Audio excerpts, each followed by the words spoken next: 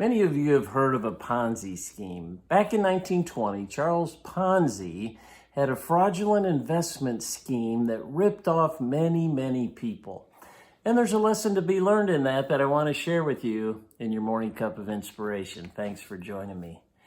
Yeah, the problem with this is that the people who invested with Charles did so with the full faith, the full confidence that he would come through and do exactly what he said. So the victims put their ultimate faith in a faulty plan. You know, if we put our faith into something or someone that's not real, the end results are going to be failure. But if we put even a little bit of faith into somebody that's trustworthy, we can see success. So I want you to think about that this morning, not so much about how much faith you have. We all fight and desire to have more and more faith. But could you take the little faith you do have and put it in the hands of someone that you can truly trust, which is Jesus? Listen to this story I want to share with you.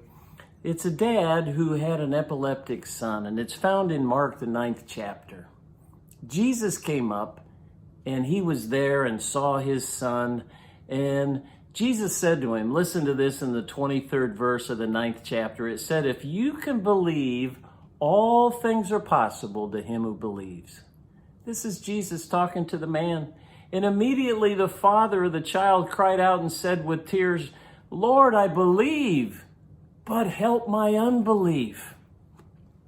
I don't know if you're like me, but that's my cry many a time. Lord, I believe you, but help my unbelief. I don't believe and trust as much as I should. I encourage you today to take that little bit of faith that you might have. You might be going through a situation where you've been beaten down.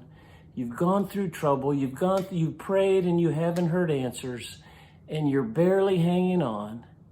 Take that little faith and know that you're putting it in the hands and you're trusting somebody who is so trustworthy that he will hear, he will respond, and he will answer you. So that trust and the faith that you have is placed in the right person.